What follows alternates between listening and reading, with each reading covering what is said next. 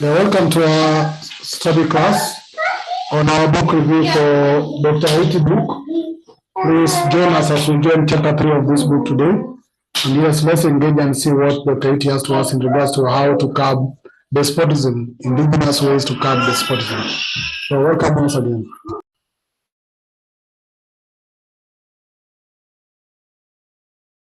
So to all members present, as usual, we'll start by reading. Then from reading, we'll do the discussion. So let me know who's ready to go ahead. And welcome Simon Chibu, Sir Windog, Sister Tapua, and Sister Chisomo.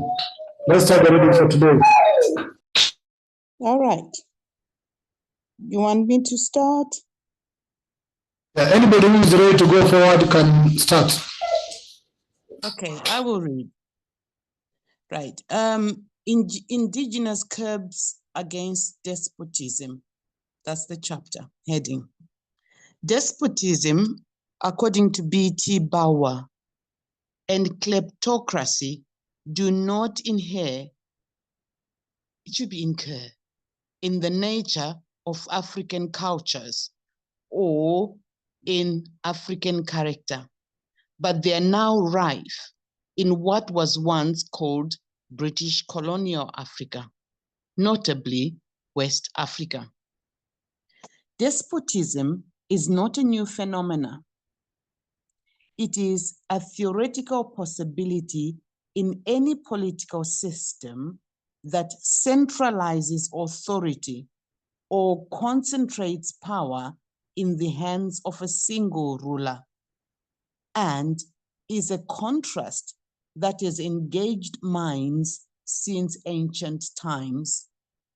In the West, the writings of the classical liberals, John Locke, Alex de Tocqueville, Thomas Paine, Voltaire, Adam Smith, James Madison, Baruch Spinoza, among others, railed against autocracy and state tyranny. For example, the English philosopher John Locke, often regarded as the father of liberalism, established the liberal ideas that governance may be regarded as a social contract and that government acquires consent to rule from the governed, not from supernatural authorities. The liberals saw the state as a necessary evil and sought a world free from government interventions, or at least from too much of it. They believed that governments were cumbersome burdens that should stay out of the lives of people. The US Constitution, for example, is founded on the need to limit the powers of the state in order to protect the liberties of the people. The more power the state has, the less freedom its citizens have. Liberals also pushed for the expansion of civil rights, free markets, and free trade.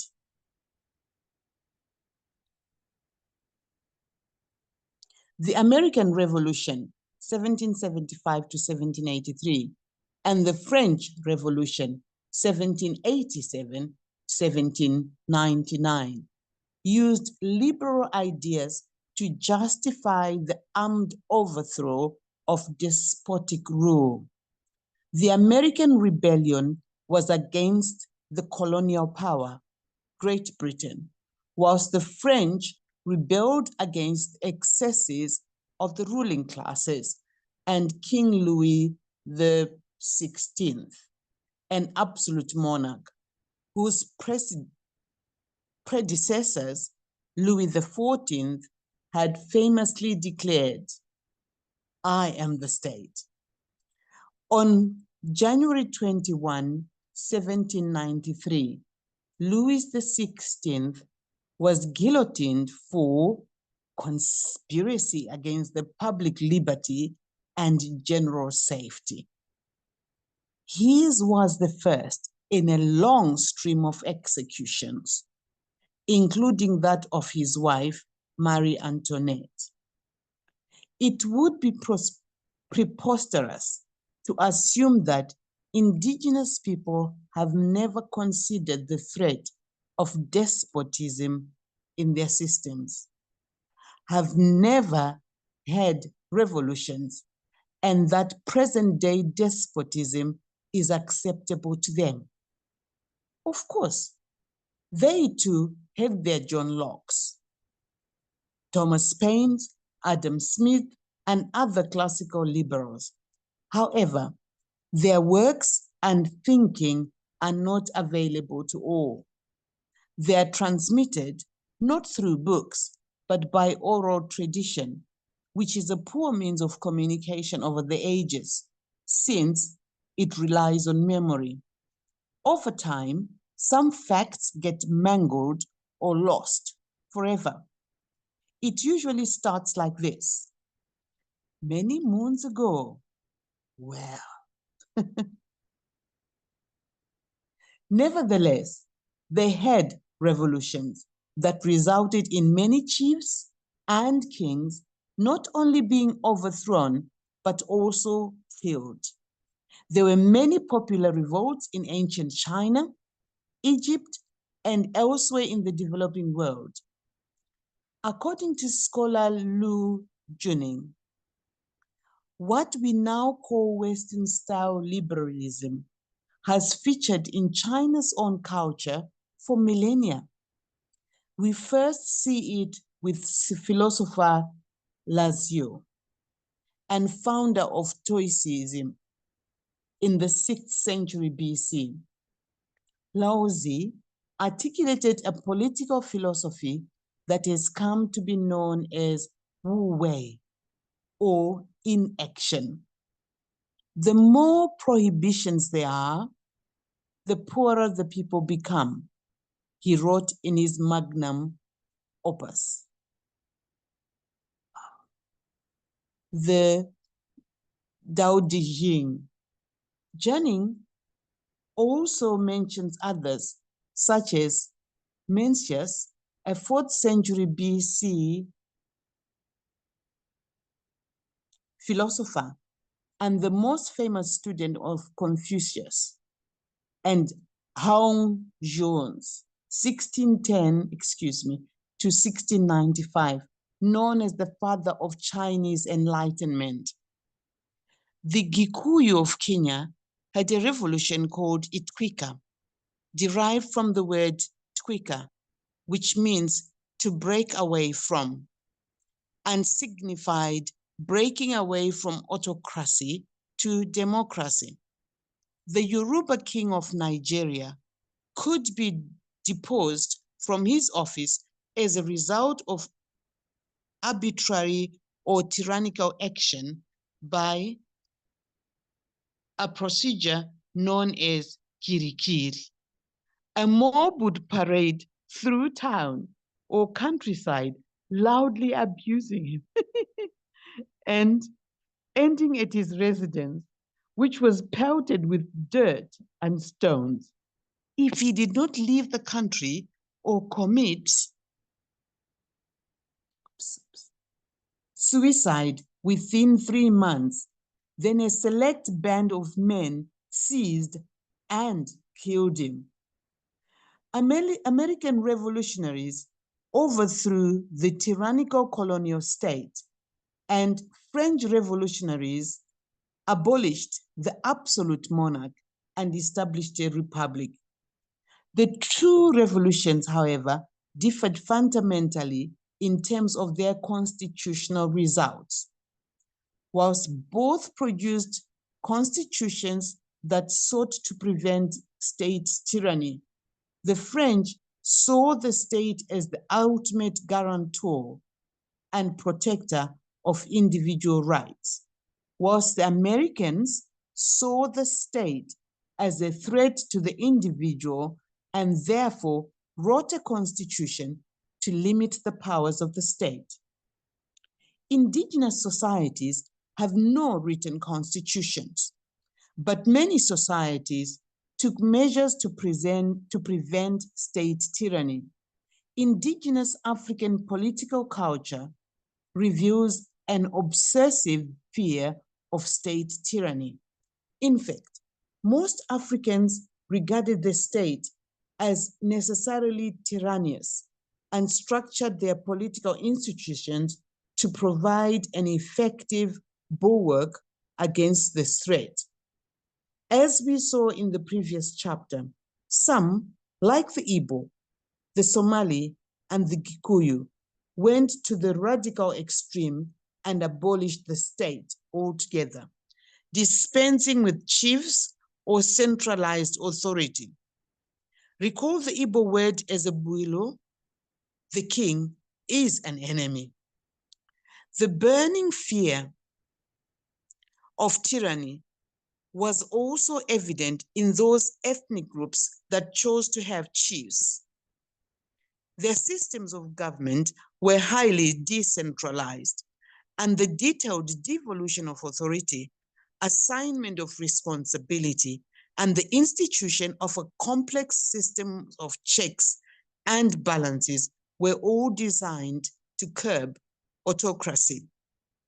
The safeguards and measures, not written down, of course, were embedded in the slew of taboos and injunctions that a ruler had to obey. It is hard to imagine how a despotic king could function under a taboo that prohibited him from leaving his palace except under cover of darkness. Perhaps no other area of study is as fascinating as the checks and balances indigenous people built into their political systems to prevent or punish abuse of power or misuse of office. The Caliphate was the first system of government established in Islam. It was a republic, and the rulers were bound by a set of laws that they could not break at a whim. Further, the people had the right to appoint their ruler through their local leaders and also had the right to remove him. This can be inferred from the inaugural speech of the first caliph, Abu Bakr. Quotation, "Oh people, I've been put in authority over you, and I'm not the best of you. So if I do the right thing, then help me. If I do wrong, then put me straight." Truthfulness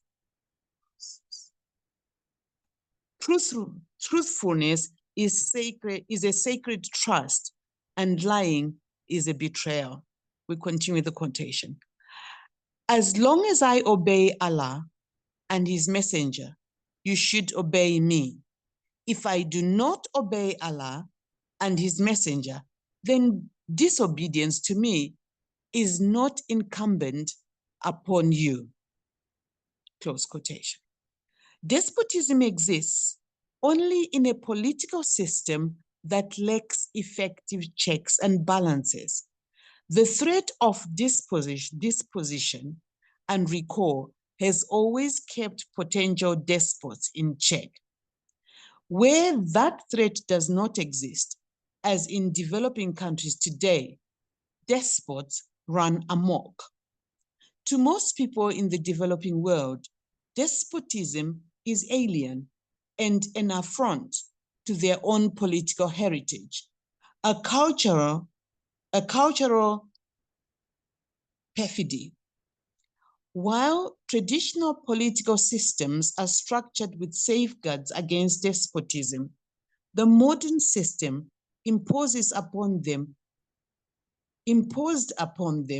lack these checks and balances. In the traditional system, no one waving a bazooka can usurp power, declare himself a chief, sheikh, emir, or caliph, and rule without the consent of the elders and the people. This kind of rule or despotism is incompatible with the indigenous system of governance. Two aspects of traditional systems militate against despotism. The first is the traditional role of chiefs or sheikh. As a central figure in the village, he plays many other roles. He is the father figure to his people, an umpire and a guardian. The survival of his people is his imperative, and by dint of reason, as well as custom, consultation with his advisors and elders is mandatory. He must listen to as large a variety of viewpoints and proposals as possible. He mediates in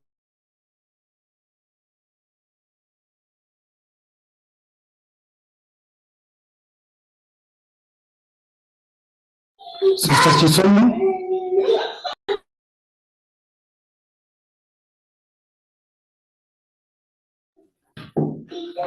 Hello, who was ready? Sister Tapos Chisomo, you're muted. disputes, and thus have ended the previous chapter, kinsmen. Sister Tapua, Yes. we lost you. Please start that paragraph again. All right. Okay, I will. The first is the traditional role of chiefs and sheikh. As a central figure in the village, he plays many other roles. He is the father figure to his people, an umpire and a guardian. The survival of his people is his imperative, and by dint of reason, as well as custom, consultation with his advisors and elders is mandatory. He must listen to as large a variety of viewpoints and proposals as possible. He mediates in disputes and thus has to be impartial, weighing all sides. As we saw in the previous chapter, the articulating principle of social organization and government in an indigenous society is kinship. A despot who brutalized and oppressed his own kinsmen would provoke clan leaders to rise up against him.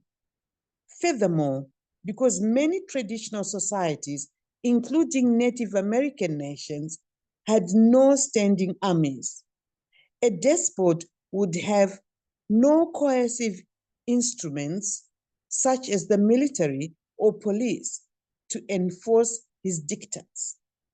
In Africa,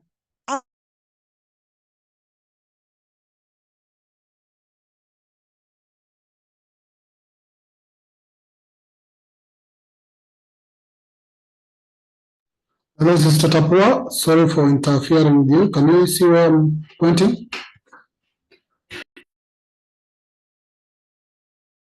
out of every 2,000 ethnic groups, Dahomey and Zulu officers were appointed as, sorry? Should I No. start afresh in Africa? Yes, in Should I Africa. start afresh from, okay.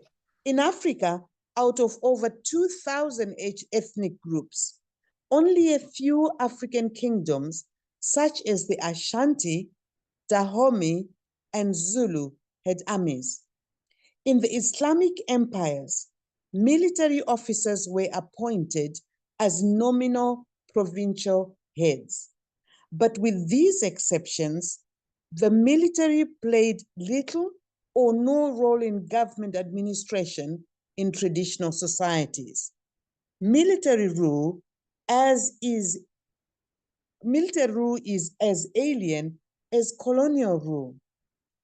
The second aspect is the governing style and tradition of the indigenous system. In these systems, kingship is traced back to the ancestor who laid down the moral code. The guardians of this moral code are the elders, who have authority because of their descent, age, and wisdom. Such a system may be referred to as gerontocracy, rule by elders. As such, the style of governance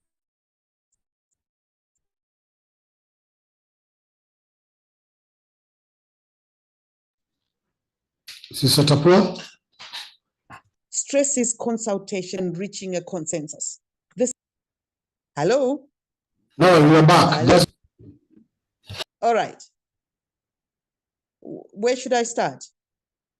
As such. Okay. As such, the style of government stresses consultation with elders, unity, cooperation, and reaching a consensus. The system necessarily precludes despotism. A despot may have all the firepower, the biggest bazooka, but not legitimacy or authority, which is derived solely from having royal blood or ancestry descent and the assent of the elders. We will pause there. Let's take some minutes a bit as we try to process whatever we've been reading. Then as we share our thinking a bit, we can maybe go ahead with our reading. So let's anybody who have felt something they need to point out, something they need to highlight, something they need to talk about. This is the time we can take some 5 to 10 minutes trying to process the reading.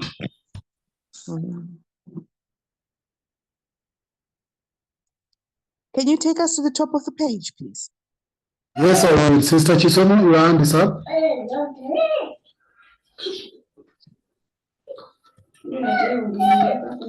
Sister Chisomo, go ahead. I heard one bit where it says somebody has to commit suicide or they'll be killed. So I'm thinking, how do you force somebody to commit suicide? I think it also says they had to leave the place. If they didn't leave, then they're expected to kill themselves. Otherwise, they'd be killed. So in other words, they wouldn't stay in the state. They'd actually have to go somewhere if they wanted to leave, to continue living. Where was that again? I was in and out, so where did that happen? Which country? I think which region? Let me find out. I think it's in West Africa somewhere. No, in West Africa. Okay. I think it's in West Africa. Oh, there, that is highlighted for us. Can you see it? Yeah. The Yoruba. Sure. Yeah. Because it says the Yoruba king in Nigeria could be deposed. I like the fact that the mob would parade through the town or countryside, loudly abusing him. I think that's where I chuckled a bit.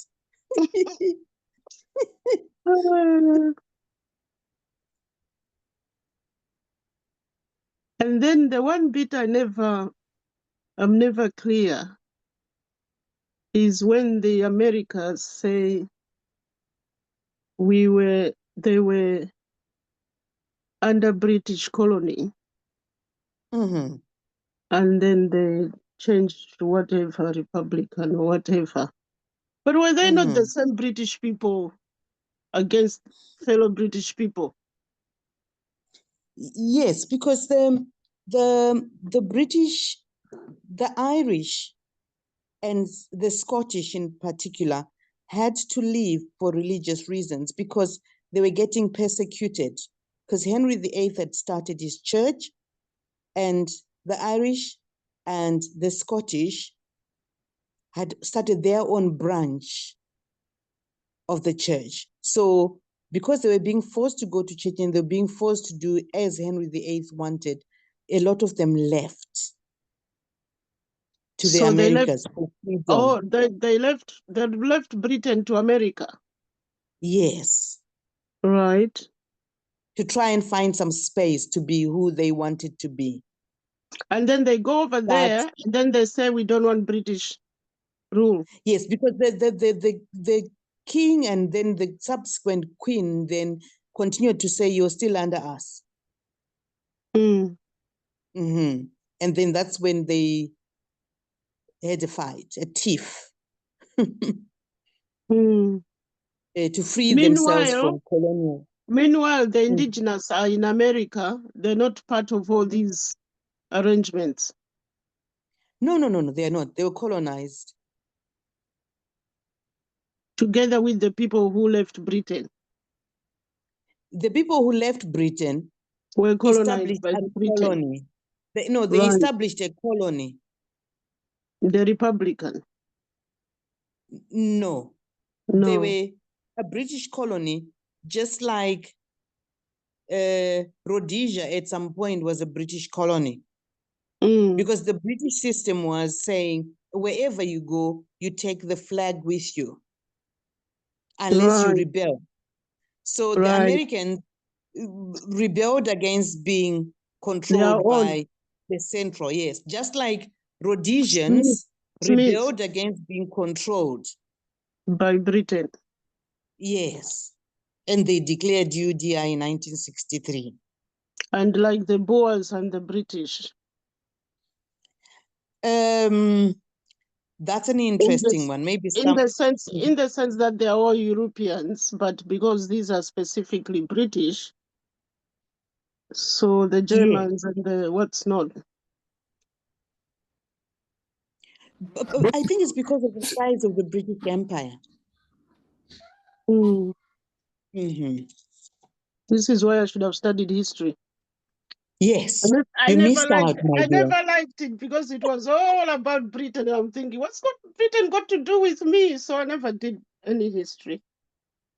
Oh, yeah.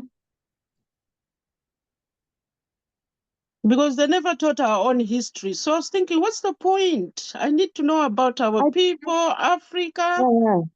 I think it's also because of the teacher's perspective, because some of the teachers who taught us actually explained that we needed to understand who these people were.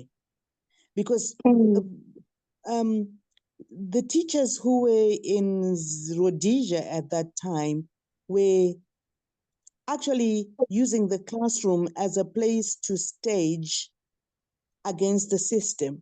So once they were teaching the syllabus for you to pass, they would always throw in nuggets to explain what was happening to us. And therefore it became interesting for us to start to know what was happening. And then later on in the late 70s, Cambridge had to have part of the history module was supposed to be African history. But they dealt with ancient states, but they never linked it with colonialism. Right. Mm-hmm.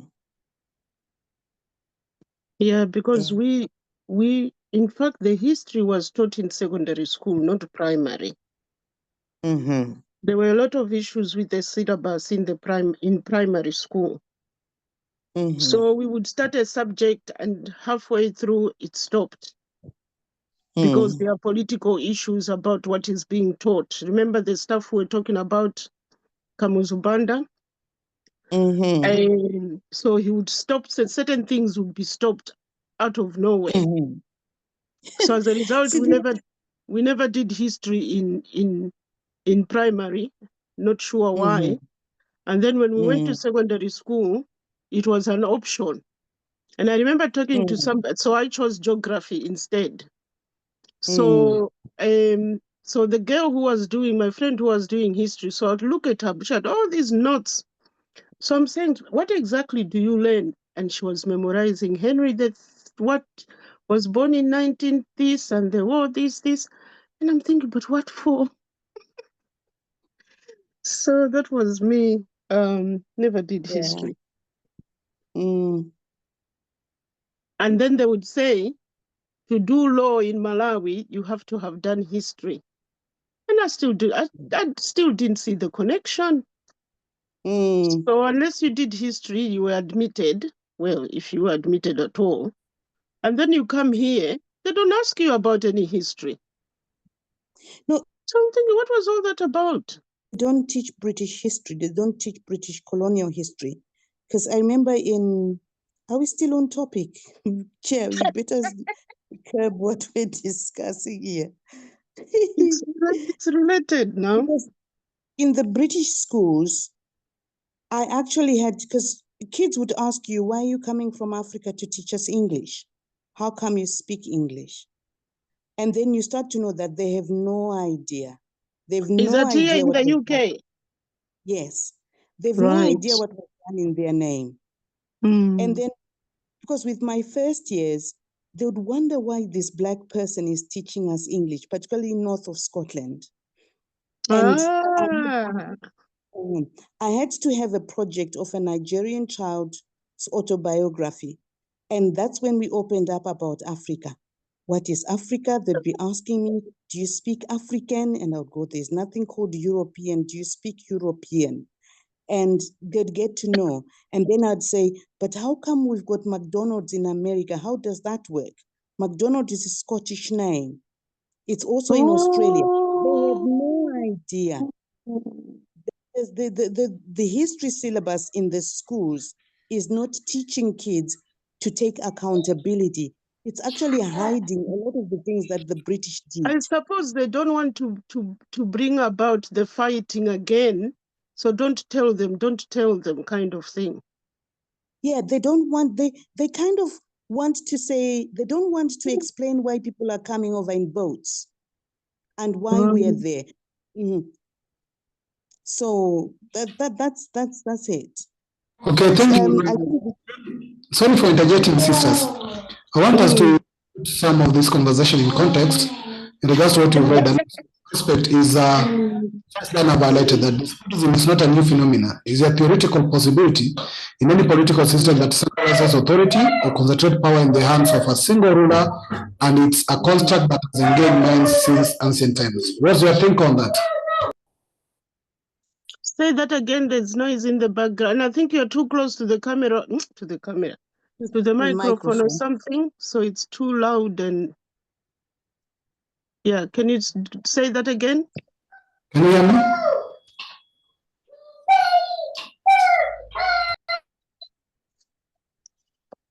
Can you hear me? Yeah. Yes, go ahead. Now, I want you to comment on the first highlight on despotism. Share your thinking in regards to that. The first thing I've highlighted here on despotism is not a new phenomenon. Okay.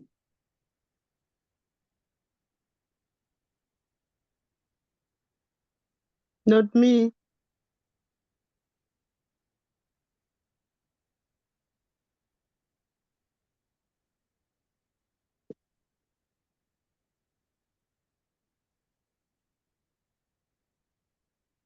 I think what the section is highlighting is that despotism is a phenomenon that can happen anyway in any system. It doesn't matter if it's a large, sophisticated country, a conglomeration of different states. As long as you give someone power, there's a danger that they can become despotic. Because I think... Yes. They say in any political system that centralizes authority.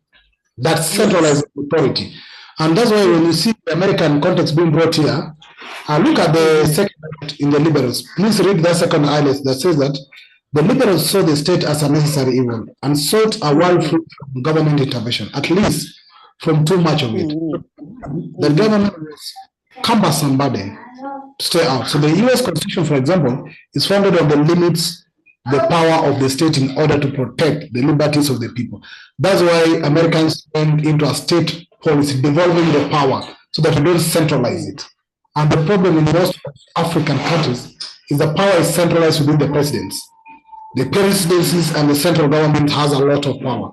And that is a possibility of bringing despotism. What do you think about that?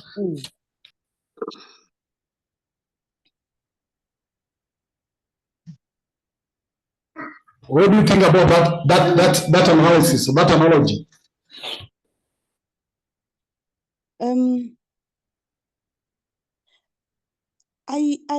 See, the thing with power is difficult to share, because even in a family unit or in a village setting, if people don't put things in place to stop the chief from being despotic. There's a possibility they could be. This is why in the African context, to control people, we have taboos. We have things that encased in such a way that if you do something, you'll be affected, your well-being will be affected. We don't have the laws and the things that help us to contain despotism as a law. But you have a situation like what has been given in the text, where part of being the king would be you can only leave your palace at night, you know, things like that. So it becomes, I don't want to say it's part of human nature to want to totally control, but it's difficult to share power. And it's important for people to share power, which I think is one of the problems that we have with establishing United Africa, because you get all these leaders, right, fearing that if they share power with everybody else, then they lose. They lose everything. Yes. But you see, sisters, particularly, sorry. You see, sisters, they say that absolute power corrupts. Now, when you try to devolve power, you limit the power of the central government. For example, the power of the president. In that way, you try to control not being despotic. So the power is delegated. So there's a limit the president can do, and there's a limit somebody else will do. But in a state whereby we have a central government, for example, in Kenya, we have a devolved unit. So there's a national government and county governments, like in the US, central government and states. So there's a limit in which the president has power over the states, and there's a limit in which the state governors have power over the state and the national government. So you realize that even if the president has the power, sometimes some of his decisions might not affect the states, because the state also have their own liberty on deciding what they can do based on the power their governor has. For example, look at in terms of development. In a centralized system, the president appoints all ministers, and the money is in the central government. If the minister is appointed from that region, it's the ministers who have to ever develop their region where they come from. The president will tend to use also the money and the resources based on his region where he comes from. But if you have a devolved system, each state will have to get their budget equal share from the constitution, which means each state has the ability and the power to choose how they use their resources to develop themselves without depending on being or placing the presidency as a central authority for them to get their development. How do you think that?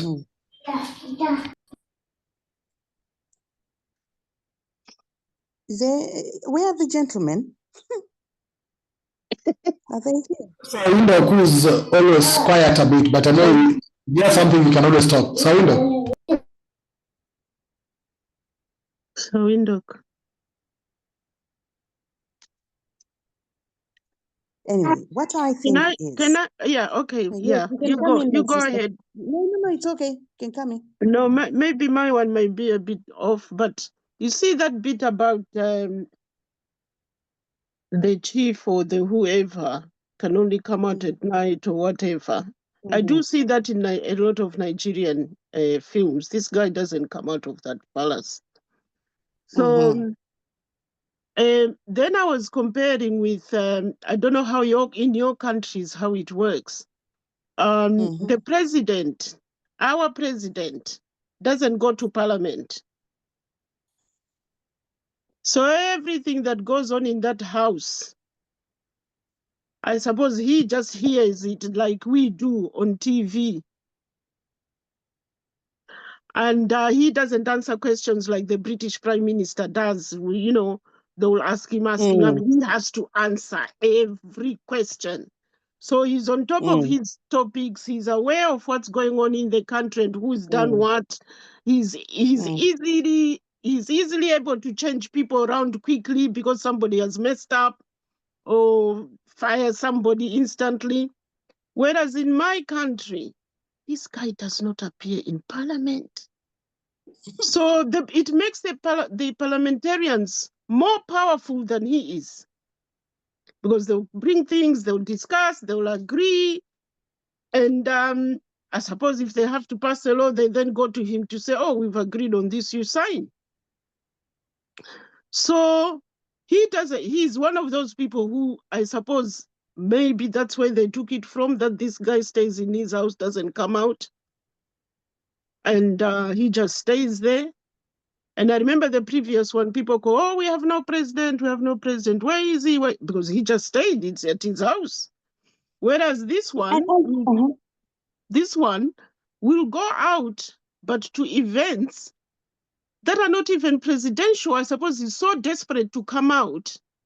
So he goes to all these silly functions and taking photos here and taking photos there, and then travels out of the country because I suppose he's like, I can't be cooked in here. And then, oh, you're wasting taxpayers' money traveling, doing this, going to silly events. But then what is he supposed to be doing as a president? What's his role, really? What is his role? I think what we have is a problem of adopting a system that doesn't suit our system and our way of looking at things. Because if you take the British system, for example, the person who signs anything into law is the king or was the queen. Yes, he's the head of state. She remained in the castle. She'd go around, maybe just seeing one or two things, one or two projects. But so what we have here is we've adopted a system which we have by accident created kings who keep themselves aloof from the rest of the activities that are going on. And they can either sign or not sign. And sometimes they become so powerful, like in the Zimbabwean situation, sometimes we question whether the authority has gone by whatever they're doing with the constitution in mind. So that's where we're using a system that is far from what we are used to as a people. Because if you find in the villages, because we've got a dual system where you've got the traditional leaders still having a bit of some authority, they still sit down and consult with people. But then you also have some who've been taken to court because they're now usurping the villagers' power and the villagers are left helpless. Where the situation in the province where I live, where one of the chiefs became so adept at using the internet and publishing whatever was happening in his court, people found him as fair. And they were coming from other provinces to report their cases. To him. But is he allowed to do that? Well, they'd find a way. People will always find a way. Take some money. Yes, he was charging some money. And he ended up getting removed from his position. Oh, no. And he's just been in court for one or two things. They're trying to smear his name and things like that with a few things that he had done wrong. But the dual system is a thing that we need to maybe try and see, Sankofa, look back what we're doing and try and see whether we can influence what we're going to do next. Because this system for us is not working. Can you see the paragraph highlighted again that says that despotism exists only in a political system that lacks effective checks and balances? Yes. Look at the executive. A government is made up of three arms: the executive, the judiciary, and the legislature. But you see, most of the countries, all those arms are under the president. What do you think about that? For me, even if they are not under him, there's always movement to him. They usurp the power. So, for example, we have situations where we've got the House of Chiefs that make a decision. We have the parliament, elected members, you have appointed ones. For some reason or the other, it could be bribes, it could be whatever else happens there. you find them, because they don't have checks and balances, and they are using money as a coercive force to try and get people to do as they wish. So they do the bidding. The people actually do the bidding on behalf of this despot.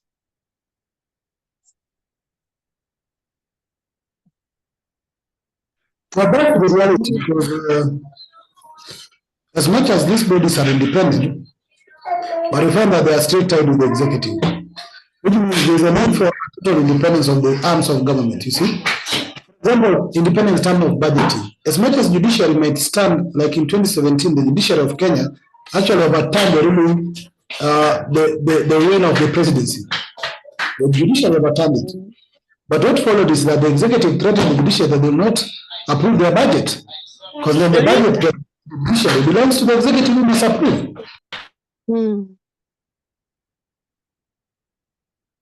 You know the section that you've highlighted, the one that starts, the first is the traditional role of chief or sheikh. Right. Yes. There's a bit that you have, the bit that you have not highlighted, which starts, as we saw in the previous chapter, the articulating principle of social organization and government is in an indigenous society is kinship. Right. I would like to comment on the aspect of kinship, because the indigenous societies were arranged according to kinship. So what ended up happening in this group is the minister in quotes, the person in charge of this is your uncle. The person in charge of education is your niece. The person in charge, so people are relating around kinship. And what I've found is, it's become difficult for people to move away from that. Because I've tried to look at, for example, why Museveni has his whole family. Why, in our instance, you're getting families being appointed to positions. So we're failing to adjust from moving from smaller groups that are kinship groups. Once one is appointed the leader of a whole nation of different kinship groups, they still take their kin with them to help them to rule. And this becomes an affront to everybody else, because they're now going, oh, it's not my, they've appointed so-and-so, they've appointed so-and-so. But it's that system. We need to have a break from that system. Because, for example, yeah. Okay. You can go ahead. Is it not because they want protection? Because if you're surrounded by people who are going to turn against you, what do? So you have your own people to look out for you, who is doing what and what's what, and people who can move things for you, and it becomes your family members. Yes, this is why I'm saying it's a system that doesn't work for us. This whole system does not work for us. Because if a leader finds the need to appoint people from his own group because he can't trust the other group, then what we're saying is this system is not working. Because if we find a pattern between most African countries. Sister Tapua. Yes. Hello? Somebody's calling. Do you expect me to appoint people from the opposition around me?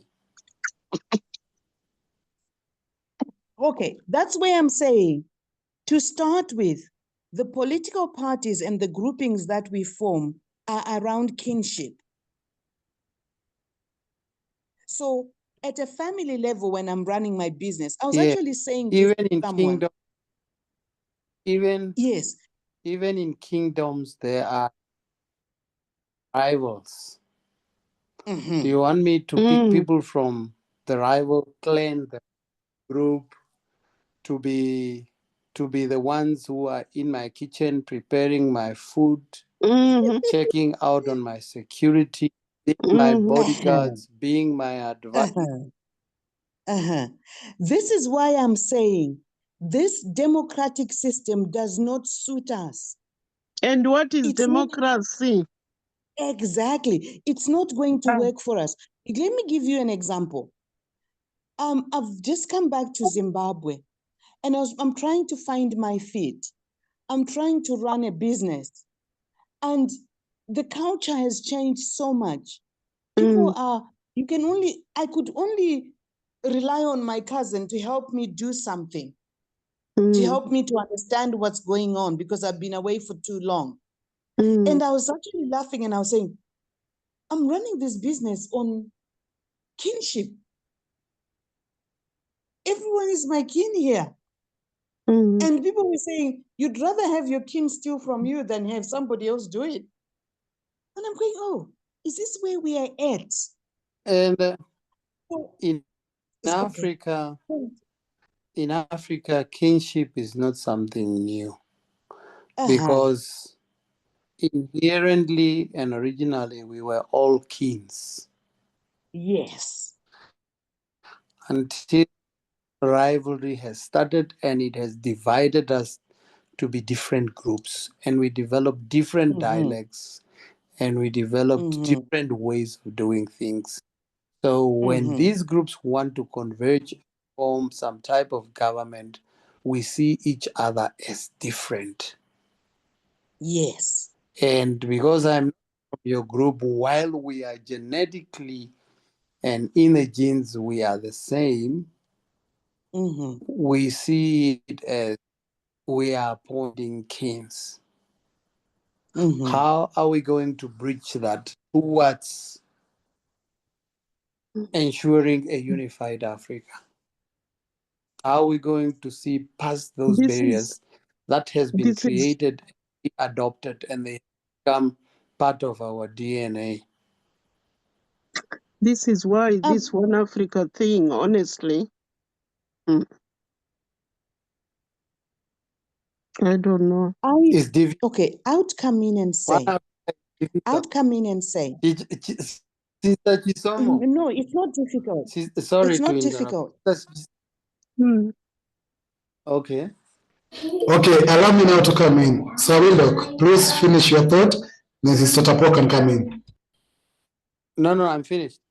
Sorry. Can I come in? There was something Brother Windhoek was talking about. I think we wanted to react to that. Yes. What we have is a situation where we are people whose whole survival is around Ubuntu. But we've been turned around and we've now started to be individualistic. Right. And it's the juxtaposition of these two philosophies where one is threatening the other, where we're beginning to see my success as me, myself, and I, we used to say when we were teenagers, right? And you focus on yourself so much. You sit for the exam, you pass, you become the PhD, you are high ranking in society. Then you then have a situation where those people who still have Ubuntu and are still advocating for it, looking at you as one of them. And when they look at you as one of them, you become part of them and your success becomes their success. And a lot of people have failed to singularly say, it's just me. I'm yet to see an African who's able to say, I'm an individual and I live on my own and my success is my success. You always find your kin will come around, which is a good thing because we need to move away from the divide and rule that we were put into. Because like you were saying, we all belong to some groups of some sort. And we need to find a way of this group relating to that group. I'm thinking of Mswati, for example, and I've always said to myself, the man is using marriage and kinship to knit the kingdom together. Because it looks like, I'm talking as a foreigner here, I stand to be corrected. It looks like everyone then claims their, the king is their mkwenyana, their in-law. And therefore, maybe outside, is that a beg poor? your pardon? Yes. Maybe outsider, but not a foreigner.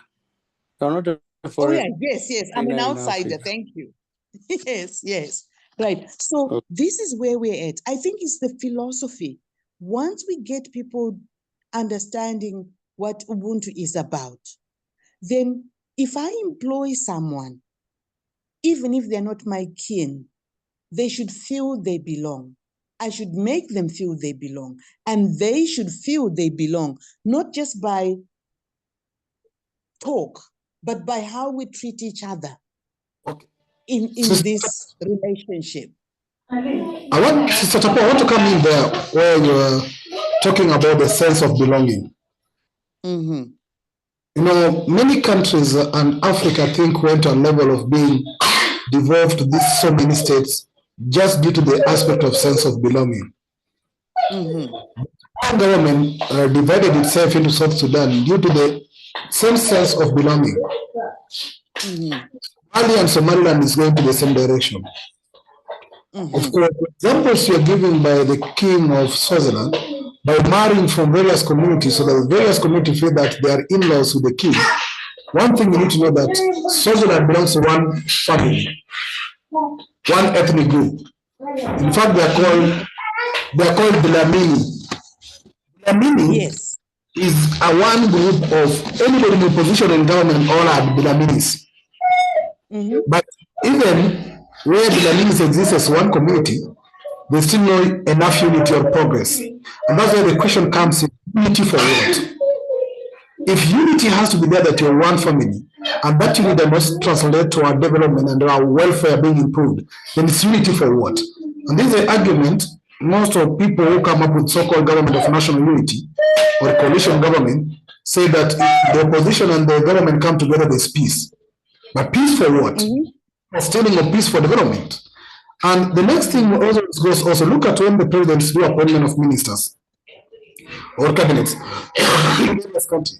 They ensure that they pick one from one community, another one from another community, and those communities that they have their ministers in government feel that they are part of the government. So we are the government. Like my community in Kenya has been in opposition, but recently the opposition leader joined the government and he was given some of the ministers.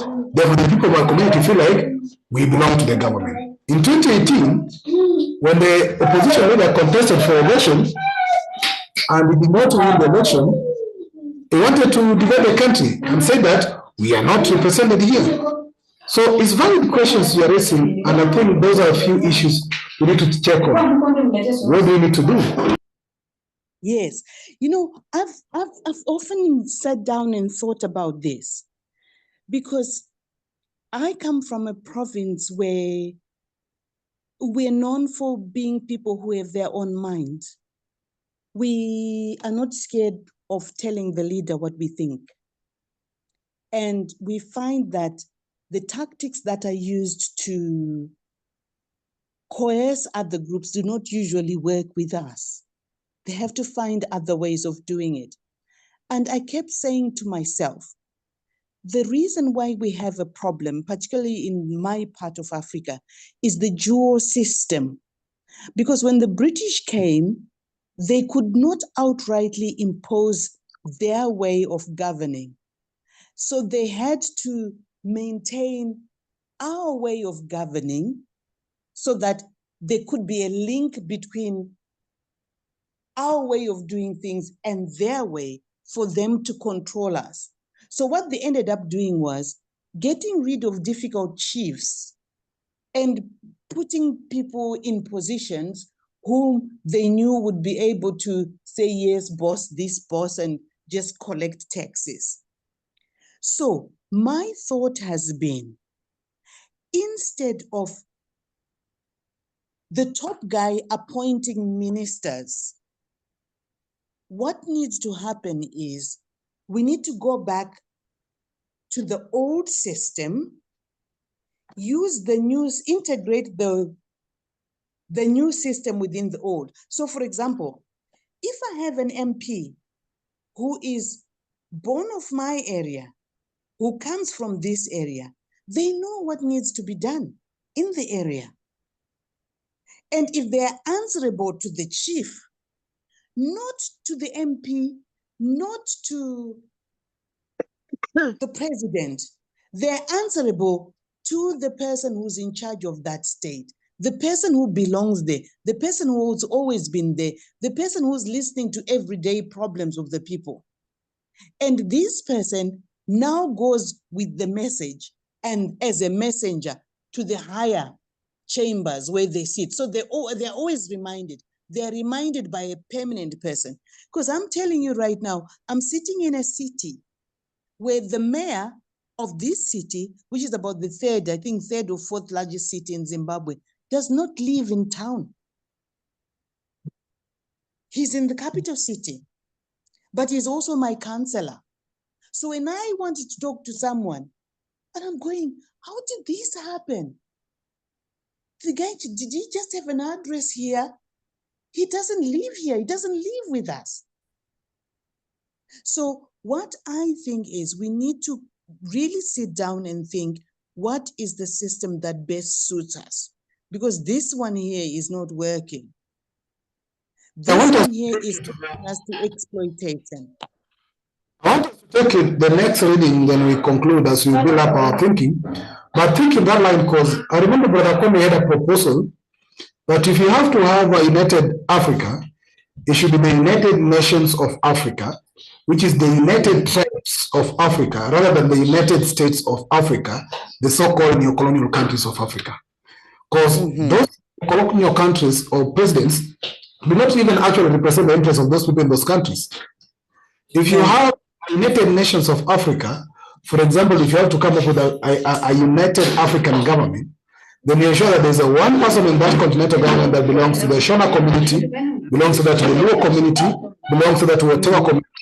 And if they have to execute the powers, they'll have to consult the community traditional structures of leadership in anything that engages the United Nations of Africa, rather than having just so-called presidents who pretend United States of Africa, which states are actually the colonial states that are made by your colonial masters and are shaped for the interests of your colonial masters. For example, if you are to have United Nations of Africa, you'll have a Maasai leader in that government of United Nations of Africa. And Maasai is across from Kenya to Tanzania. Any Maasai, wherever they are, they have their leader.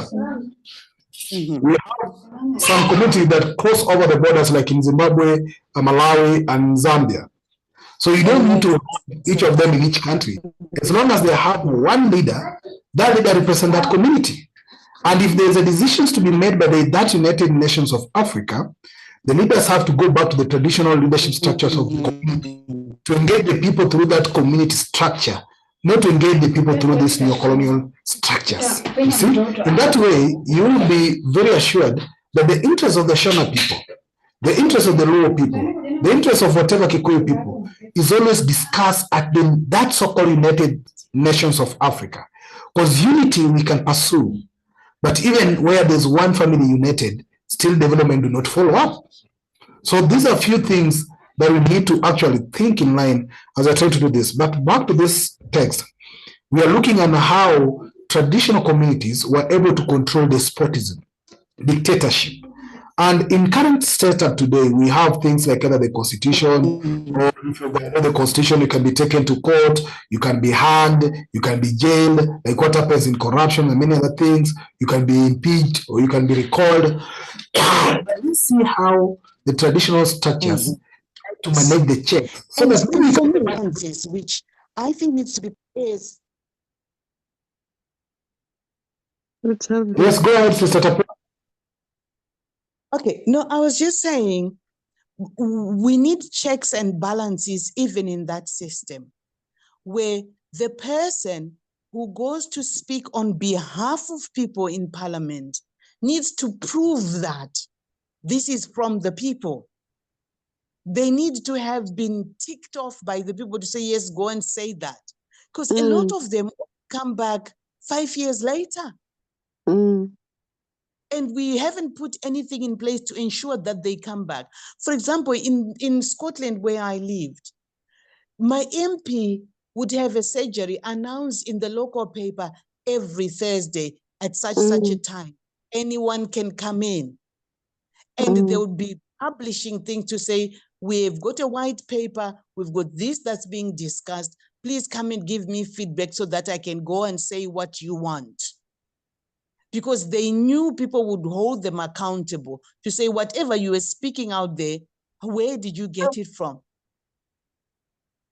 Which is something we don't have, which is why people get bribed. Interestingly, in Malawi, because we've got elections in September, so the parliament was kind of finished 2 days ago, and they're all saying bye, and I'm thinking, I hope you don't come back. But anyway, so what's been happening, let's say within the ruling party itself, there's been so many disputes and so many arguments. And this time their argument over the same thing you've just mentioned. Why should somebody from another district come and represent a different district that he doesn't come from? He doesn't live there. He does know nothing about it. So people in those areas, or the MP, whoever wants to stand in that area, is now saying, do not allow anybody coming from elsewhere to come and stand for you here. Make sure you have the person from here, so they know the same thing. We go to parliament, you tell me what I want to go. I know the area, I know what's required. Why should, because that same thing about the president or whoever wanting certain people in the government, therefore they are planting people in different districts that he wants, and then the people want somebody else, or somebody else wants to stand in his own district. So that's where the dispute is. For the first time, we're hearing people saying, not anybody, that you only remember us during elections. We want somebody who lives here, who comes from here. So I don't know how that's gonna work out. Who goes to the market to buy? Who goes to the market to buy with us? Who sits on the bus with us? Who knows that there is flooding here and there are problems? Okay, sisters, I want to take this conversation further. We'll be reading just a few slides, then we'll finish up. But I think the sense of belonging is very fundamental as an element of unity. But even that sense of belonging sometimes do not translate to automatic improvement of welfare. I'll give you critical examples, then we can read this. One, the Gen Zs in Kenya are now saying they want only a youth anywhere. So right from member of county assembly, parliament, senators, governors, up to president, they only want to vote their fellow youth. And they say that's the only person they can trust. The poor people, having been betrayed by the current president who told them that he was a hustler and turned out not to be a hustler, also don't want to believe them. They say they rather vote their own hustler. Now another thing comes in, some people still say in the community, if you are poor, why should we let you? You are going to steal. You are poor, so you have nothing, you're going to steal. But the question again is, how about those rich who have been in power? Do they stop stealing? Another thing, the final aspect I want to bring is the fact that the Kikuyu community in my country has been in presidency for 35 years. The livelihood of Kikuyus in terms of poverty is the same as my community who has never been in power for 60 years. Which means even that so-called representation of community do not translate down to the representation of the welfare of the people, but rather the clique class of the oligarchs within the community who then goes sits in government to say, I am from this community, so my community is here. But they advance their welfare, they loot and they steal, but do not even trickle down to the community. So these are also failed systems that have been seen in terms of even fake representation. In Tanzania, for example, they said that when Magufuli became the president, I think it was the first time a community with majority became a president in Tanzania. All along, Tanzanians have ever not even asked themselves which tribe the president belongs to. In fact, in most of their presidents belong even to so minority tribes. But in Kenya, it's about the numbers of tribes. So the Kikuyu are majority. If they combine with the Luos, that's a presidency. If you want to pick somebody outside those big community, you're not going to win. Mentality is still on tribal things. But those tribal things do not translate into the improvement of the welfare of the people. And the people are starting to wake up. So let's look a bit on these institutional checkups. Thus, we are reading only 3 of them or 4 of them, then we can continue the conversation so that next time we can actually go ahead with our discussion. So we'll only end it at not even imperial rule. We'll do a bit of it. Yeah, imperial rule, then we'll do a summary next time. So let's start just on the internal checks up. Somebody can read it for us. Then we have a discussion as we bring this to an end towards before we reach summary. Institutional checks against despotism. Let's look at the religious, supernatural, because I think in Africa we need also to apply supernatural factors. If the president is looting so much, we take them to a witch doctor so that they can actually be corrected. Yeah. Who is willing to read? I will read this, okay? Brother Pigeon. Yes. Brother Pigeon. Brother Pigeon, can you hear me? Yes, I can hear you, sir. Okay. Will I be allowed a small comment maybe before we read further? Yeah. What I wanted to say is checks and balances, sense of belonging, system that is best. I think all those things are in vain without a proper educational system that everybody understands. Mm-hmm. Without an education system that speaks to the heart of the people. Because Sister Tapua has mentioned something about education. I can't remember exactly what she said, but what I'm trying to say is education in African tradition was around the fire. Was in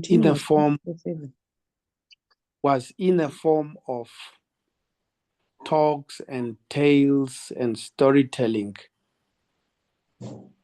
Nobody failed.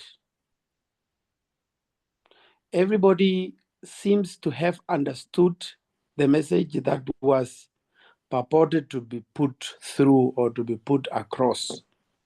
Mm-hmm. There were no checks to see whether you have understood, like examinations, yet the people understood and passed, and they could re-narrate those tales and stories and history and institutional memories without fails to the next generations.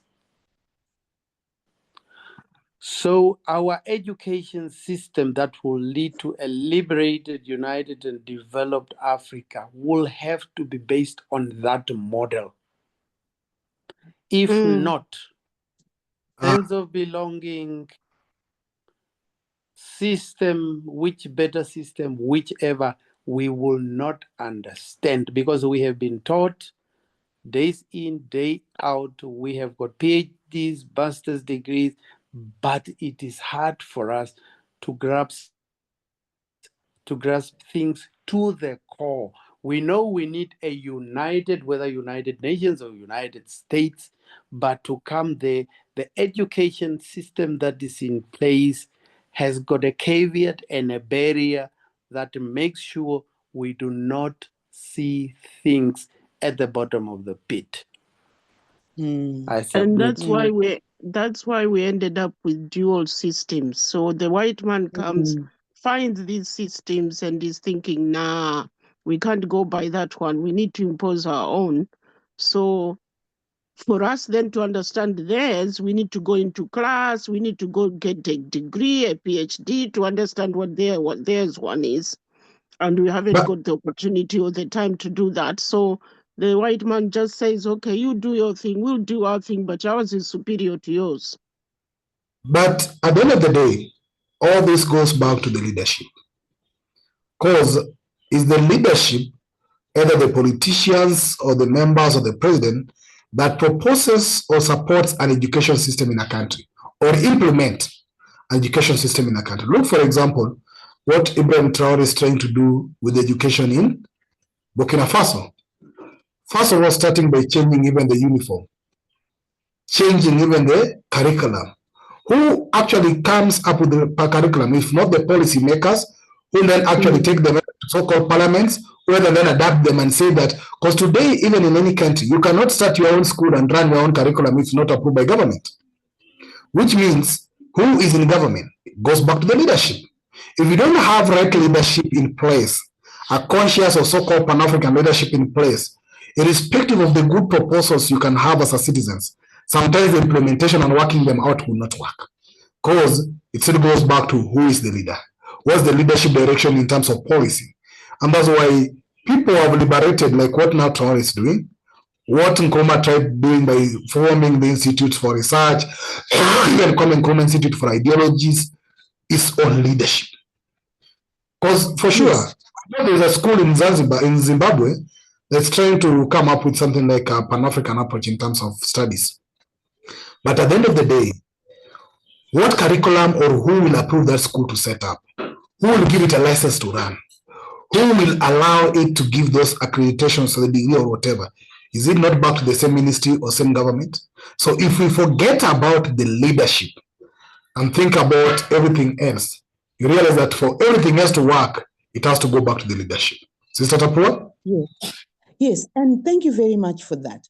Because our erstwhiles have made sure they elect the leadership for us.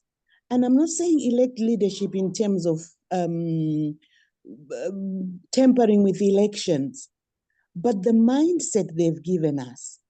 I mean, Zimbabwe today is full of people who are faking PhDs, who are honorary. thinking, yes, they don't even call it honorary, they just fake. I mean, there was, who was it, Nigerian, whatever, was being told, we're being told Tinubu, his qualifications are dubious. It's because we were convinced at some point that the more European we are, the better we are as leaders. So what ends up happening is the Americans will give us scholarships, because once we go there, we then become American. We come back and become like Banda, who's British, and we try to advance things according to them. Because my question is, what type of leader are the leaders that we have revered? I mean, we're talking about the latest young man in Burkina Faso. Where did he go to school? Where did he get these ideas from? How come he ended up being who he is? We know about Kwame Nkrumah. We know how he was influenced by the people that he associated with when we went out there. But other people who did not turn out to be like him. So when we're saying leadership, we now need to qualify. Who is this leader that we're looking for? Who is this Traore that we're looking for? And what is it that we're going to have? And this is why in the Thursday meeting, was it Thursday or yesterday? I was asking, who is we? Because we need to find a way of analyzing this kind of leadership and finding a way of educating our people to know how to choose a leader for the systems that we have. And it's an uphill task. Because, for example, just first past the post just upends everything. It means whoever has the majority will choose whoever they want to sit anyway. And it doesn't work for us. So we really need to put our heads down and try and find a way of grooming leadership. Force those leaders who are in place to know that they're not going to be able to do anything without us, causing problems of some sort. And the only way to do that is making sure that we have savvy grassroots people who understand what's going on, not just worry about where am I going to get my food. They need to know In Zimbabwe, for example, we're contending with a problem where, because we're in the 90% unemployment, people don't know why they're employed. They're now beginning to think, my family is unemployed because my brother bewitched me. I need to go for prayer. I need to fast. And there is a gap. And the leaders actually are happy with people going fasting for 40 days because then they know they're lost. Then they know they're comfortable in their seats. So education. It can, because I've always said to myself, what Zimbabwe went through, the colonial period was just about 100 years, but it was a devastating 100 years. For Zimbabwe, it was 1890 to 1980. We are 40 years in. What have we done? Because if we're going to undo this system, we need to have a strategy in place to say in the next 100 years, this thing has got to stop. And if we had started at 1980, we'd be halfway. We'd be passing the baton to the next group who will know what to do and possibly end up like Traore. What strategy do we have to ensure we've got the right leadership? In my country, education is so restricted, you'll never believe it. Yes, but what that means, my so sister, restricted. You know what that means, my sister, is there are other ways of educating people.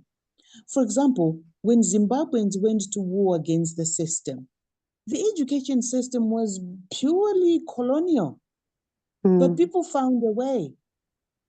Because it is outside school that you get people. Because, for example, in Zimbabwe, because gathering was restricted, people would gather at a football match, start chanting songs that the authorities did not quite understand because they'd been created yesterday. This is why I was saying in the other group that we need to find a way of educating our people. We need to get comedians on our side to start talking about Africa, to start talking about Africa in a way that is palatable for the people. Okay. Because once they start, because we know how people, sorry, one last thing. You know how people live on YouTube? That's what I was going to say. Malawi this year has been saved by YouTube. They are informing and educating each other like mad. The government doesn't know what to do. Yes. And that's where we need to be at. We need to be in those platforms, creating comedy of sorts that helps us to educate people in a way that is palatable. Songs are coming out every day. Okay. Allow Sawindok to come in. I'll have to go for its defense. Sawindok, the sisters are sharing. Please come in. No defense. You know, they say sisters You see, can talk from morning to evening. That's our talent. It's very interesting. It's very interesting. You and I were educating the sisters so nice they will be from out of another planet once we are done with this book. Yes. This book is fantastic, I tell you. You see? Very good choice. But I want Sister Tapua, you are a bit cautious to say the West. Sorry, I missed that. Can I go ahead? Yeah, go ahead, Sawindok. Yeah. Proceed. I wanted to tell Sister Tapua not to be cautious to say the West has been tampering with elections and election results. The West has been and will always be tampering with our elections and our elections results in order for them to maintain and to retain grip over us, the extension of neocolonialism. Disunity. So that's why before every election, then you will see results from Forbes survey something. They are saying the incumbent government is going to continue. That is just to play with our minds that we are already defeated. We must just go and vote the same devil that we know, and the status quo must remain. And this is why to have somebody like sorry. Sawindok, just finish. People like Traore will not be. People like Traore will not be voted into power. They will always come from somewhere because they have got a vision, and from the vision that is the current status quo. If it does not happen the Traore way, it will always be the Western way. And that's why it is very critical, and that's why it is very critical that we send ourselves and our next of kins and our fellow Africans to schools where the Traores them have studied, where the Kwame Nkrumahs them have studied, so that they can open and broaden their horizon in order to come back and lead us, break those chains of neocolonialism. But did they not study and I in the understand West Traore has as studied well? in South Africa. And in the West, I think he's Traore been has in the studied in West. South Africa. You know what? Okay. That's all I wanted to. That was my defense. Thank you very much. Yes, thank you. And what I think is, if a child is coming out of a home where they've been taught certain moral standards, they could go out there and actually say, oh, this doesn't work. This is not good for us, right? So when people like Kwame Nkrumah went out there, he had something that he took out there that was African about him. A confidence that being African is not negative. So what we need is a situation where, whilst we are where we are at, because we know that the education system is skewed against us, let's work with clubs, let's work on the internet to get our kids to know that there is another way. So that even if he ends up in Germany or she ends up in England, she still knows she's African and will want to eat what works. So what the colonials have done with us is, parents have given up on their children, particularly in the earlier systems where children would go to school and they would be alienated from the parents, and the parents felt that they couldn't input anything. Because I remember, well, I'm young, I mean, relatively. I remember talking to my aunt, my late aunt, my father's sister, and I was saying, Tete, I'm about to get married. What you're supposed to be talking to me? And you know what she said to me? She said, oh, you're educated. What can I talk to you about? Because the way the education has been packaged is such that it alienates our elders and it alienates ourselves. So what we want is an educated African who will stand up and be African, so that our kids know that there is no shame in being African. But the good thing is, the young people are learning from Traore. They are watching closely. Traore is on every child's lip. They understand what he's doing, and everybody would like to be like him. So hopefully Traore's life is longer, so that by the time we finish with him, everybody has been transformed. Yeah, comrades, I've decided to cut off the text because I don't think you're going to get there. But you've come up to a conversation that I've been thinking about. You know, people talk of Traore. In fact, we need a Sankara, because Traore is a Sankara. Yes. Traore is not Traore. Traore is a Sankara. And if you looked at how Sankara worked his thinking, because Sankara developed serious steps. One, Sankara became an ordinary president who was selling all the public vehicles and was moving the villages just as alone. His life story is the suffering of his upbringing. But Sankara came up with some proposal that is very important. I think I shared this with Sister Myra. He came up with something he called political orientation. Political orientation is a program that maybe some today can call civic education or civil education. Sankara felt that every citizen must be oriented politically. So that every citizen, one, must know political issues and political rights. And second, he said that 7 million, by that time I think there were 7 million Burkina Fasos, they call them Burkinabo. He said that 7 million Burkinabo are equivalent to 7 million Sankaras who can be soldiers. So every citizen was to be trained in military. Every citizen, irrespective of, so that they can be able to defend their country. Yeah. And be able to be politically conscious and defend their country. That is the structure that Traore put in place. And if you look at the ages of actually this guy coming in as Traore, is coming from almost the episode when Sankara was finishing his leadership. So either is closely beneficial to that level. But leave that aside. Now in Kenya, there's been an issue of this thing I'm sharing here. It's called echoes of war.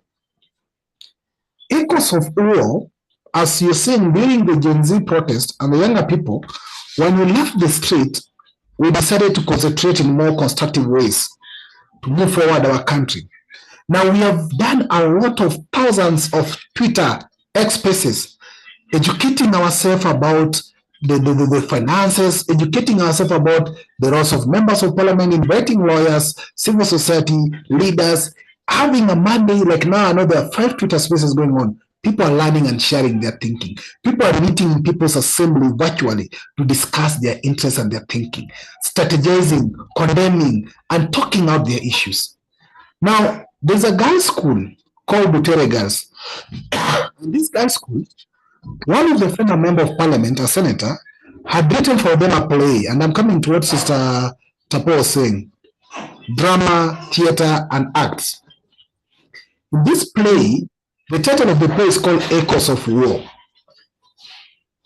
Because they can see that they being a Gen Z, because this generation that is in high school is part of the Gen Z, and they'll form part of the voters. They being part of this generation, either some are a generation behind us, they are seeing the war and the drums of war being championed by how the government react to their fellow younger people. In their Echoes of War, a drama they have crafted, they are trying to reiterate the words of the president on how he gave false promises and how he gave notorious roles that he was mastering that did not work out. This play passed county level, passed regional level, and it was supposed to be performed at a national level. And imagine, national level is to be performed at the state house where the president is sitting. So the government could allow a play of young girls that condemn and criticize the government with their fake promises to be played before the president. That's what they did. So they interfered with the program, with the theater drama, and even tear gassed these younger kids. Tear gassed the program could not go on. And the kids refused that they cannot change the script and they're not going to perform. They went back home.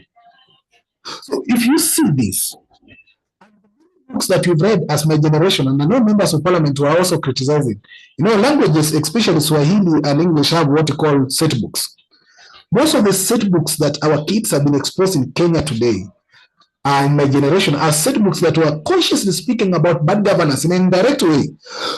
So we grew up reading set books in schools for literature that were purely more of like political orientation. So my generation today ask a lot of so many things based on the curriculum and the set books we were exposed to when we were in school. One thing that is very clear out of this conversation is that we must start deliberately to prepare the next generation of leaders. Yes.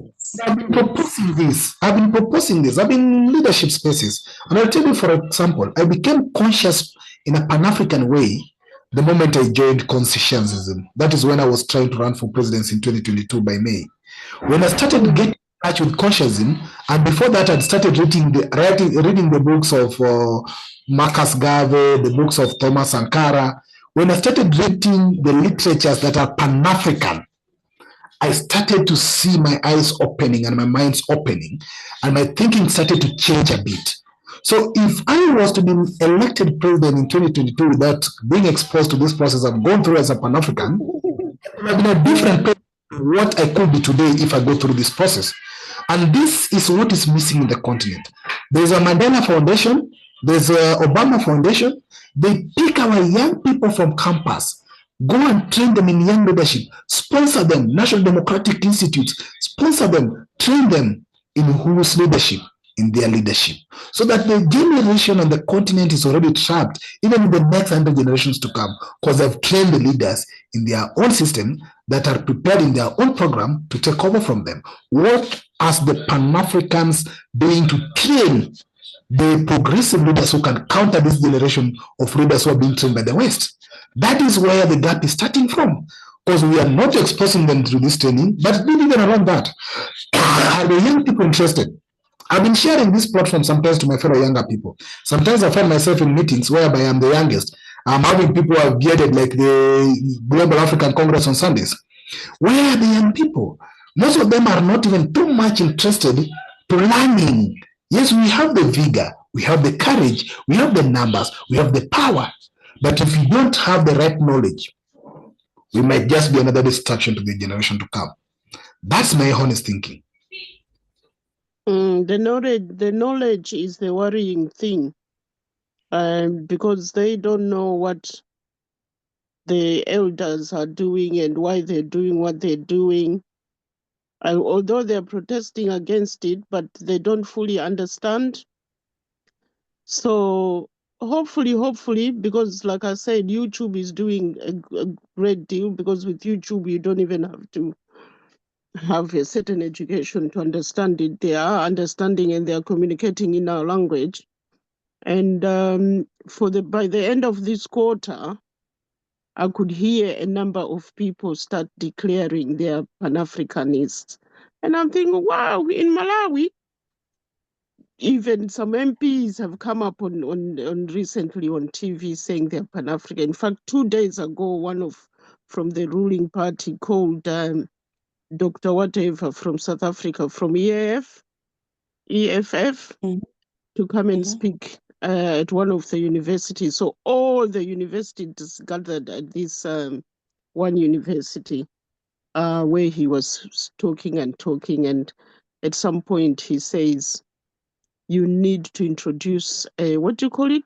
Service programs, like you were saying, train them to become warriors. So I'm thinking, wow.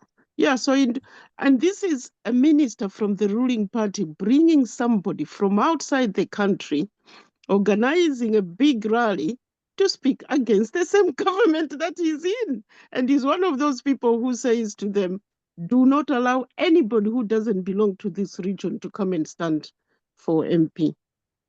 So things are changing, which is really good. Yeah, I think we need to come up with an education program.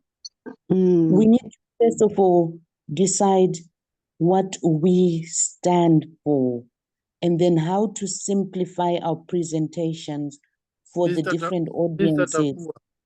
Yes. Who are we? Pan-Africanists. In this group, okay. CSG.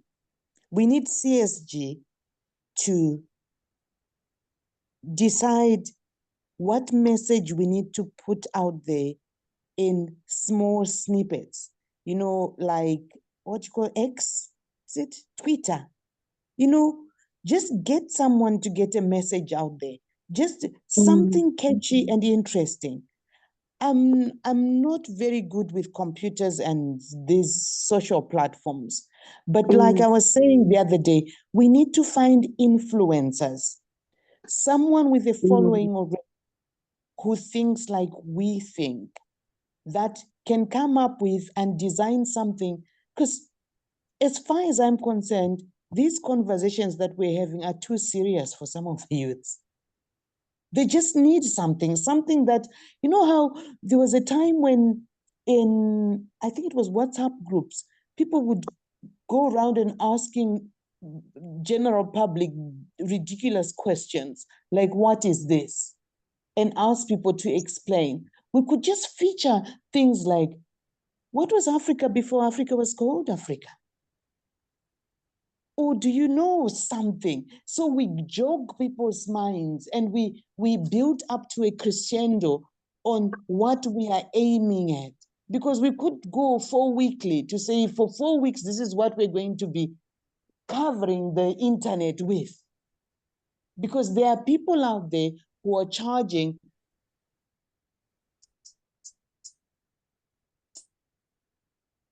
it disappeared. Something like in Zimbabwe, they're going through out. So what we are intending to put out is a message about Pan-Africanism. It's a message about. Oops. Okay, Sister Paul, you are Disappearing. Irrespective of why we have these borders, we need them. Mr. Tapua, we've been losing you a bit, but you're having 4 minutes to end.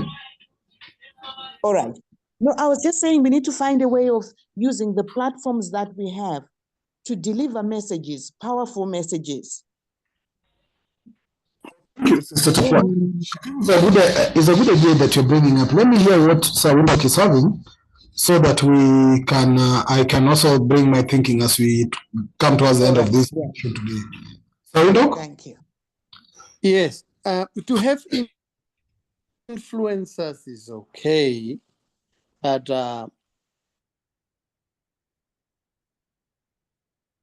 influencers have got their own line of thinking. Everybody's cutting off. And when it comes,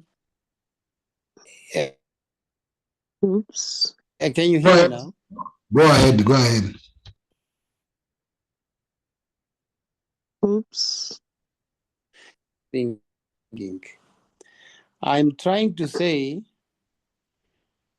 every story with its own script, with its own production style, would be able to tell the story that you want. Mm-hmm. And usually to start something your way would stand the test of time. Mm-hmm. So if we could get designers, people who are good at computers, people who are good at creating these TikTok things, But we already we design it creating our own way. I think. As we discuss, we are already creating stuff. Yeah, but we need it to be heard by Exactly. teenagers. So we just we need to follow them through. Yes. And our recording, Yeah, Sawindok, sorry for cutting you. Sorry.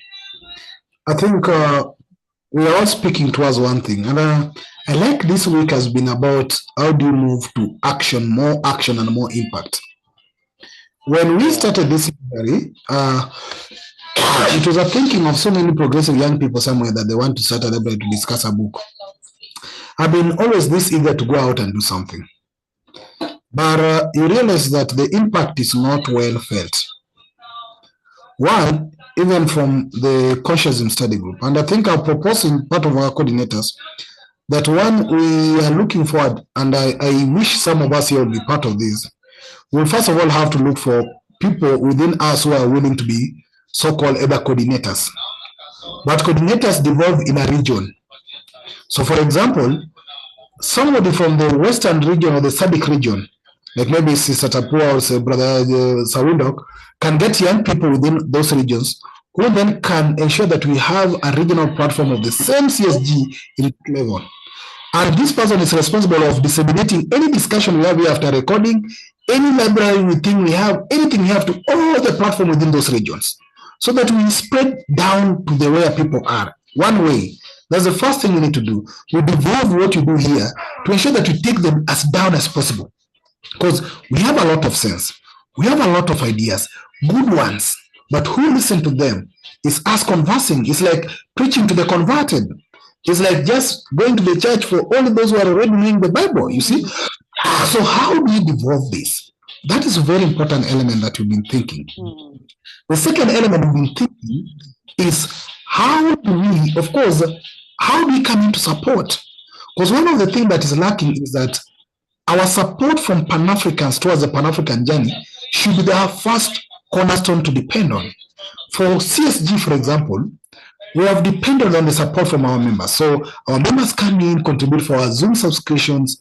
Members come in, sometimes pay for my Wi-Fi subscription here. Members come in, donate a laptop so that I can be here. Some members come in to either even send some upkeep so that I can keep doing what I'm doing. Because it's very hard sometimes also to find a younger generation of myself who just want to do this work. Everybody want to go drive, get the car, get the next vehicle, be in a suit, get to the next office, you see? So one is that if we get people who can volunteer, how do we give the little support for these people? The same way the churches are even paying their pastors to continue preaching their white man gospel. How do we support our own internally to start creating a mechanism that we can facilitate and support our own revolution? There's a mechanism that is actually lacking. So people can give in their skills. If they have a skill like Sister Tapua can draft something or talk on something, well and good. People can give in their expertise if they know some adversary. People can give in their resources, even if it's a 10 coin or a $1, if that's what they can give. Because at the end of the day, we must reach a level whereby we must start committing what we are best at so that we can continue pushing this forward. It's not going to be left to the few of us, but we must also be intentional to ensure that we look towards the younger generation directly.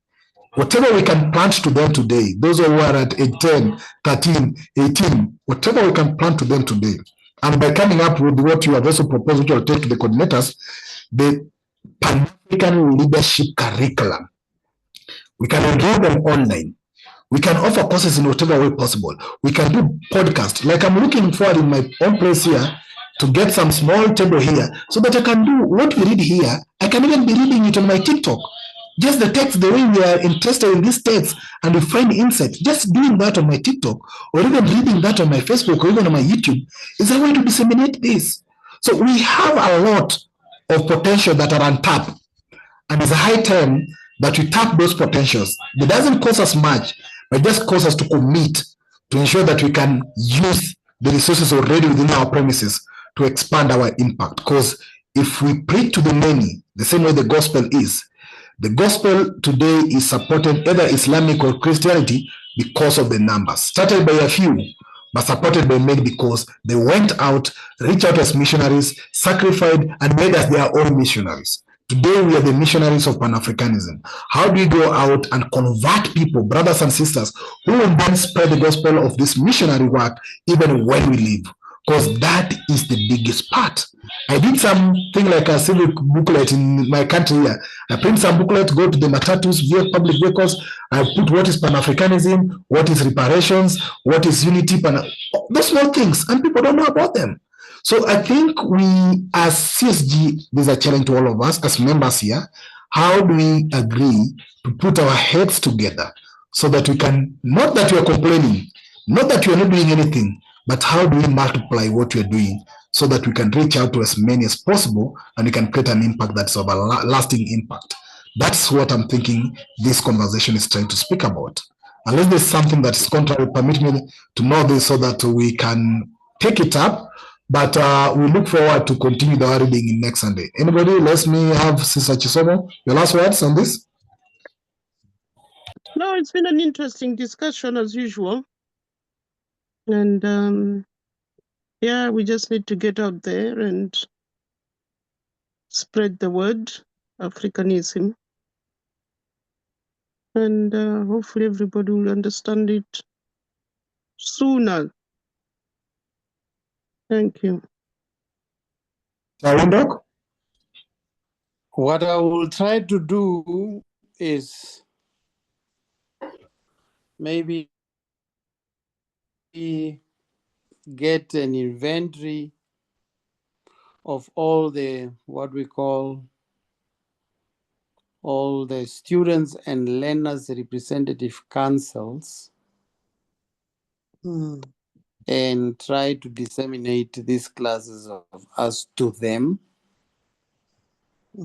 See how many will be interested, maybe see how many will in the end try to participate in our discussions and classes. I As think a point of action. I think people think they have to read the book at home. They don't understand that we don't have to read it at home, because we read it in the session and discuss it. When people are told to go and read, that's when they think, I'm sure if I was supposed to be reading it at home, I would never have read anything. Mr. Tapua? It has just reminded me that when I left university, and one of the things that I found challenging with the students that I had was I wanted to teach more than English or history. And I started a club called Society for Social Awareness within a school. And we were having sister schools established, just talking about social awareness, because our kids lack context. They don't quite see what we have seen or gone through. Because, for example, I was speaking to my nephew and cousin about my experiences in Rhodesia. They have no idea. No. They were asking me, you're not allowed to go into the shops. No, because what the government is doing is it's focusing on improving the curriculum for the kids, but no one is bridging the gap, because we need to have a handle that gets the kids interested. So, for example, the kids that I come across, I talk about my experiences of what it was like to live in Rhodesia, and they want to know more.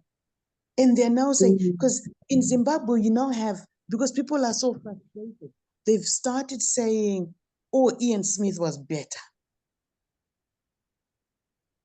And the kids are going, who's Ian Smith? What did he do? Because they have no idea. Because whilst we were fighting, they were forgotten to Sankofa. Look back so that we know what to do, you know? And we need to find clubs that we can form at certain levels. We need to try and get an influence, understand what the curricula in the different countries is, and see where we can complement, because we know where we are going. So I'm proposing that we have a small group like this one that's talking about education. What can we do? How is it that we can use the current setups that we have where our kids are to try and get them influenced? I mean, a t-shirt with something that's written that's interesting for them, we can get them to design that so that it's simple things that are digestible for them. Even in Malawi, this generation would say to you, oh, John Chlembe was fake. He never existed. I know. Soon they'll be convinced themselves Kamuzubanda never existed. Because there will be, he was never a Malawian. He was, what was it? He was either Ugandan or West Indian. Can't remember what else. So you start getting stories like that because nobody told them about anything. At the moment, people are arguing over elections. The woman who is running elections has turned out to be one of, not Kamuzu's niece, but those kind of kinship or whatever you want to call them. People have just realized she's the daughter to these people. So how can she run a fair election system? You see? So now people say, oh, but she's the daughter. People had no clue she was a daughter to one of these people. Yeah. So they're saying, oh, she needs to step down. She needs to step down. Yeah, the same thing with Zimbabwe. Zimbabwe, the Electoral Commission is filled with children of the politicians, the ruling party. Comrades, we have to bring it an end here. I think Sawindok has said that we'll try to connect to the university network of students here so that we can share these links in advance, which means I have to do the links in advance so that we can share with them. Sister Tapua, you are suggesting we have a group talk about education, but what I would propose is that talk about a manual for training young leaders, a Pan-African way, so that that become a tool to educate them. Because we can discuss education, but if you don't come up with something like a manual, a leadership training manual, even if it's a manual that can go for 3 months, that knows from definition of what you want, we put into place this indigenous setup and put into place our tradition, our ethics, and our values, I think it will be very hard. But I know Sister Myra and Sister Myra can be a good liaison to help us come up with a manual. Brother Kwame has set up some manual of the same. We can discuss this. We do have a Wednesday meeting. Sometimes we do have a Wednesday free meetings for planning. So maybe when we think about education, we try to bring some people on board. But I have realized I was appointed the Director of Leadership and Capacity Building to one of an organization called African Young Leaders Foundation a year ago. And this network has young leaders as presidents of various countries and vice presidents. They are called president and vice presidents of around 42 countries in Africa so far. And the recent one was from Swaziland. So here we have presidents from all 42 countries in Africa. And these are young people. Some of them are just in the age of 20s. So as of course the leader of capacity and leadership training, the problem is that one of their leaders, who is the co-founder, is my friend, a lawyer, and he was the president of Africa Law Students in Africa, but it's my very close friend. He has been in Nairobi. They are not this hard, but they're doing some social project in the community, but they're not this progressive or radical. So I will try to see how I'll talk to them so that their network can also be invited to these classes so that they can be part of what we discuss. The good thing with them, they are tech savvy, they're influential, they run their programs. They have like a what you call women mentorship program going on. They have social projects going on. They know how they, even now there's a meeting going on. So I'll try to engage them to see also how we can bring that network of younger people with us so that they can start listening to what we do. Because we need to have a generational talk, intergenerational talk, so that the older generation at least share with the younger generation a platform to pass over the knowledge, and also the younger generation to taking the baton in advance so that we have a continuous transition. Because if the older generation disappears without getting in touch with the younger generation, there's a knowledge gap that's going to be here. And that's going to be very hard for us to move forward. So I'll put that also on board as well. Can I come in? I think it's a brilliant idea, but I think we need to put our heads together and think of our target so that we fashion whatever we do in needs analysis. You know the group, you know how we can come in and merge our focus with theirs. So we need to understand what it is that we can put to them in sections that are palatable for them, because it's got to be in tandem with what they're doing.